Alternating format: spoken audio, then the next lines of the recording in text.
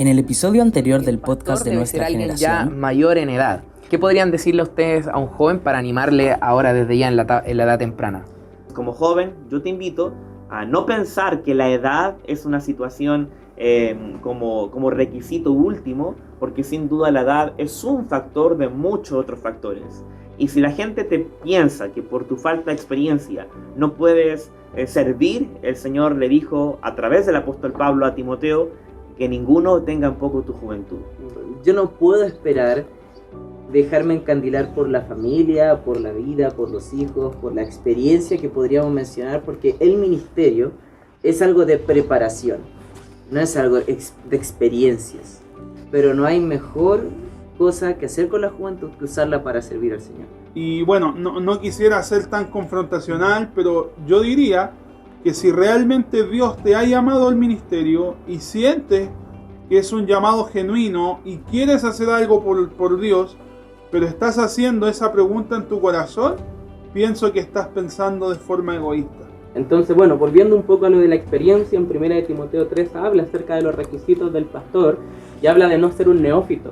Pero muchos han confundido esa palabra como no ser un jovencito, como de edad. Claro. Pero tiene que ver más con el tema de lo que venimos hablando, con el manejo de la escritura. El mismo versículo 6 dice, no un neófito, no sea que envaneciéndose caiga en la condenación del diablo. Claro. Entonces vemos ahí que tiene que ver más con un manejo, ¿cierto?, de no ser un principiante en lo que estás exponiendo de la Biblia, pero cuando...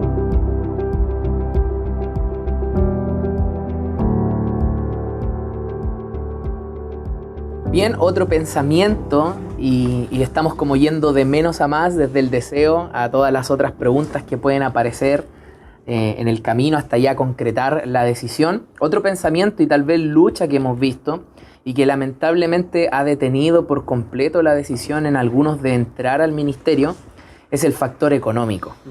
¿Cómo fue para ustedes enfrentar esta situación? ¿Cómo fueron también viendo la mano de Dios en todo esto? Y quisiera añadir algo interesante a la preparación, hablando del tema económico. Nuestro seminario destaca por algo en particular, y es que el valor de la mensualidad de cada curso es bien barato, en realidad.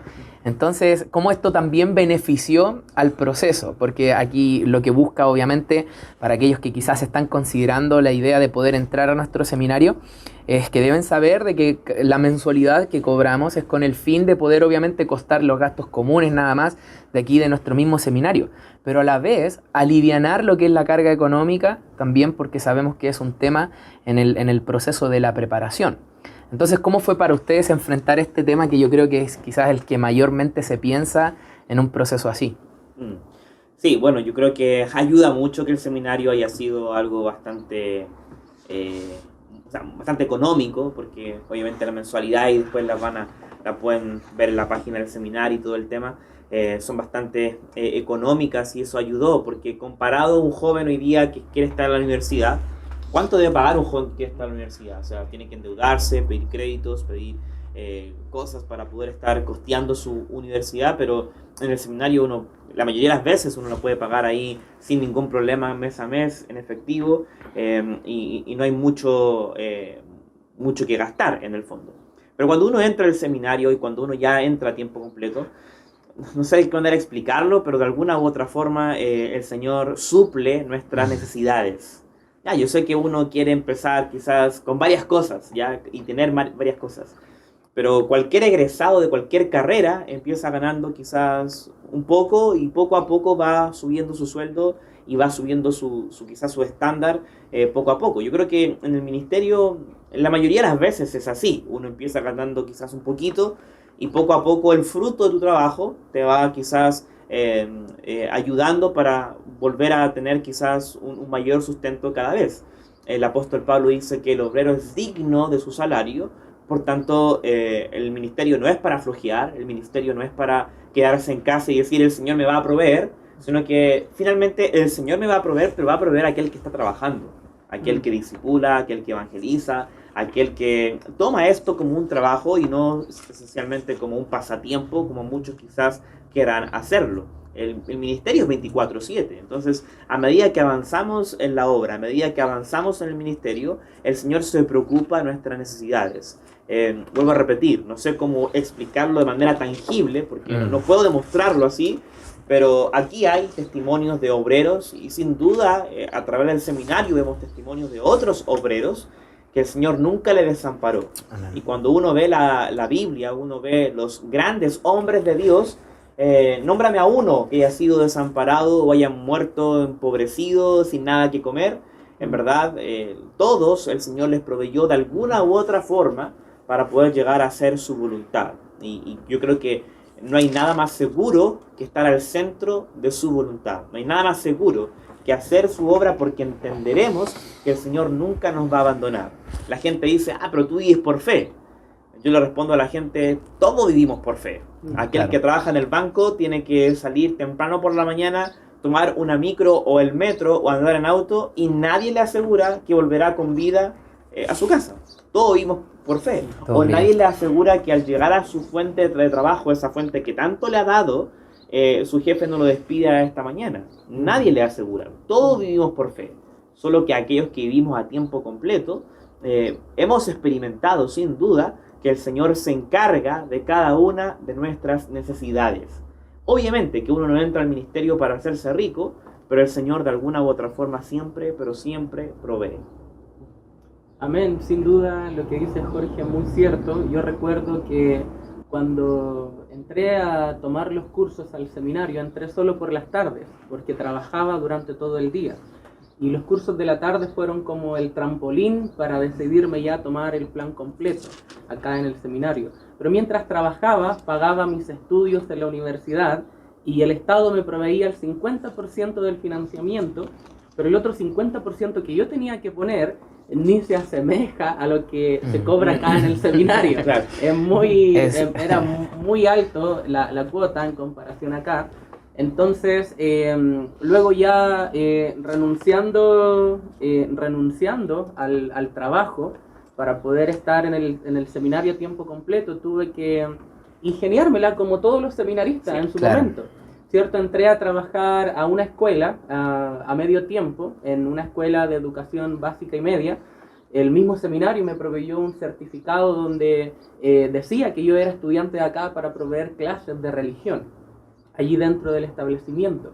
Y eso fue una tremenda oportunidad para poder compartir el Evangelio con muchos jóvenes. Muchos recibieron a Cristo y hasta el día de hoy tenemos contacto con ellos, y eso permitía al mismo tiempo que yo pudiera financiar el seminario, pudiera vivir con un trabajo complementario. Pero pensando en los seminaristas, han tenido que ahora hacer Uber, vender en la feria, una serie de cosas que han hecho posible el deseo que Dios ha puesto en su corazón en esos años de estudio.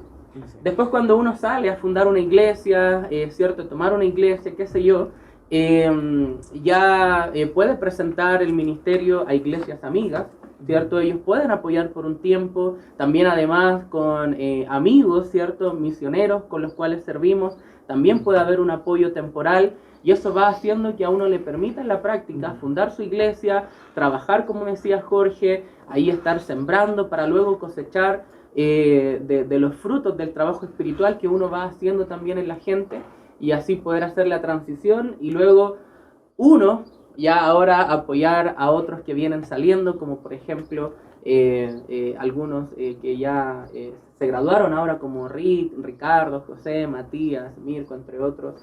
Y así, eso es lindo verlo, porque como equipo, como amigos en el ministerio, vamos haciéndolo posible también para las generaciones futuras. Amén.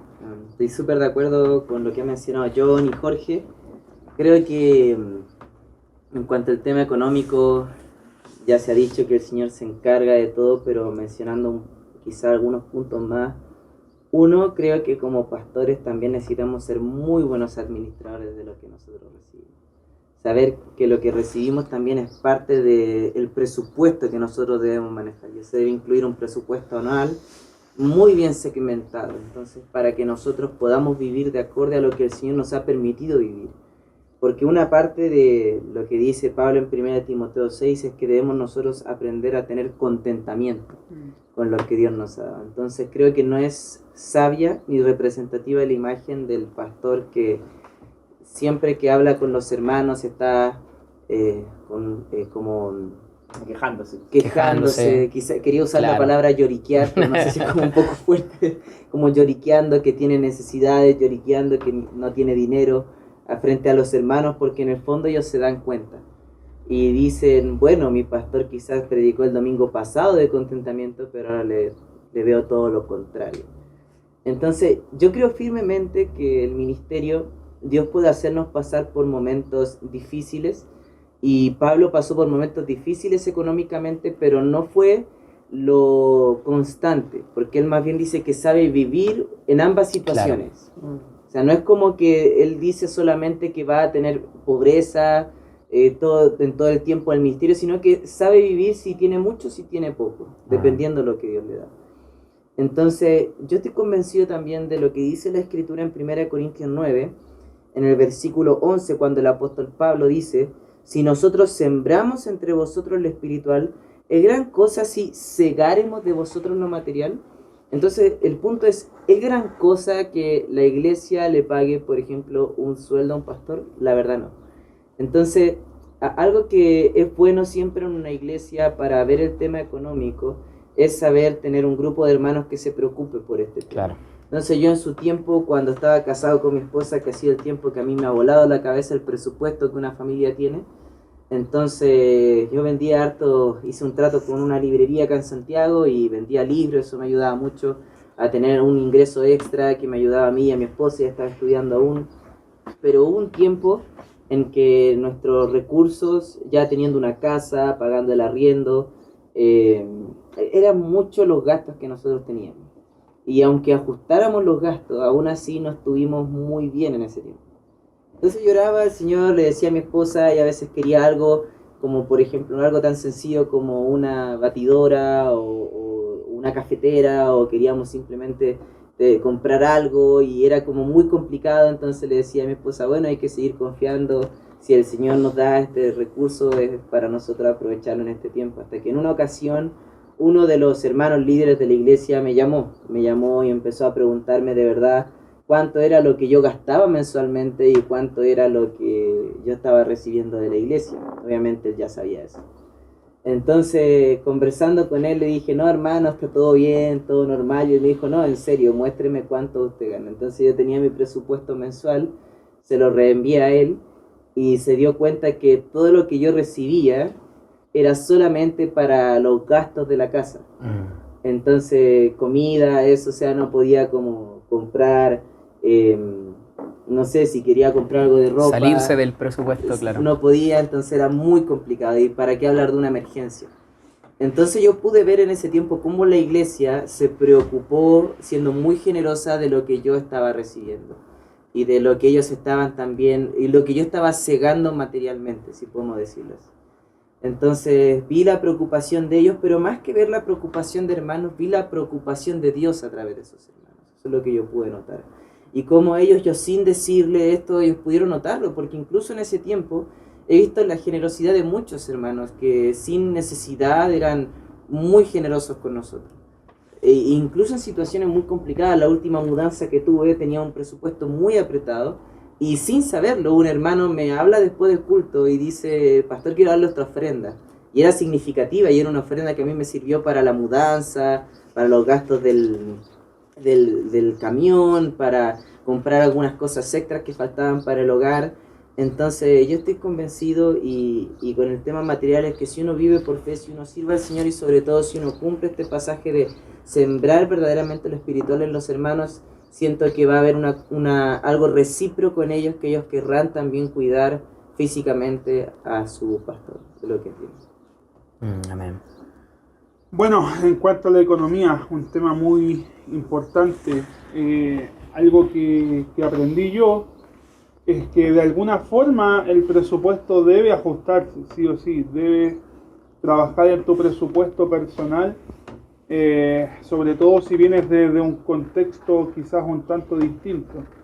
Y en el caso de nosotros tuvimos que aprender de alguna manera a ajustarnos en torno a lo nuevo, al nuevo sustento que íbamos a estar recibiendo.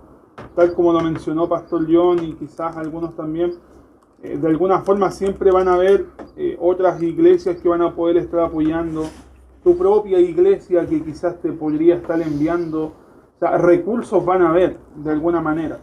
Pero algo que quisiera destacar y que fue lo que aprendí bastante, es que si bien vas a entrar con fe al ministerio y vas a tener expectativas en cuanto a querer tener una remuneración, a querer ser bendecido en cuanto a ingresos y todo aquello, siempre debes considerar que hay que trabajar, que hay que estar presente, como dijo Pastor Jorge, en el pastorado es de todos los días. La gente tiene que notarte presente, tiene que notar que tú estás haciendo la obra. La gente tiene que saber que realmente esto es prácticamente un trabajo en ellos, en la iglesia. Yo miro la Biblia, ahí mismo el pasaje que leyó nuestro hermano Fabián, y lo interesante es que el Pablo cuando dice ahí, bueno, si yo siembro entre ustedes lo espiritual, ¿cuál es el problema que ustedes puedan proveer desde lo material? Pero la palabra clave es yo siembro. O sea, yo estoy haciendo, estoy trabajando, yo me estoy mostrando. Ustedes pueden mirar mi testimonio y no pueden decir nada en contra. Y quizás los jóvenes de hoy están muy encantados con temas de tomar quizás muchas garantías con su presupuesto. Algunos quizás dependen más de sus familiares, de sus padres. Y quizás para ellos no es tan de alguna forma sacrificado, de alguna forma sus propios presupuestos. Algunos quizás podrán tomar tiempo para salir en amistades, para estar en cual lugar o en X lugar, y no escatiman mucho en gasto, claro, a lo mejor algunas veces. Pero claro, entrando al ministerio debes saber que es un área de responsabilidad, tanto para tu economía personal como también para tu trabajo. El mismo Pablo enseñaba, bueno, él dice, bueno, no tenemos derecho de comer y de beber, y a veces los jóvenes podrán pensar, bueno, yo también tengo derecho de comer y de beber, por lo tanto debo tener algo preparado, algo listo para poder sustentarme. Pero el mismo Pablo después explica, ¿quién fue jamás soldado a sus propias expensas? ¿O quién planta viña y no come de su fruto? ¿O quién apacienta rebaño y no toma leche del rebaño? O sea, él da 3 ejemplos, y en los 3 ejemplos el que recibe es quien primeramente trabaja, claro. Es quien primeramente está haciendo, se está mostrando. Entonces, o el mismo ejemplo del buey que trilla, ¿cierto? Puede comer del fruto de lo que cae y no es problema, pero está trillando, no se detiene.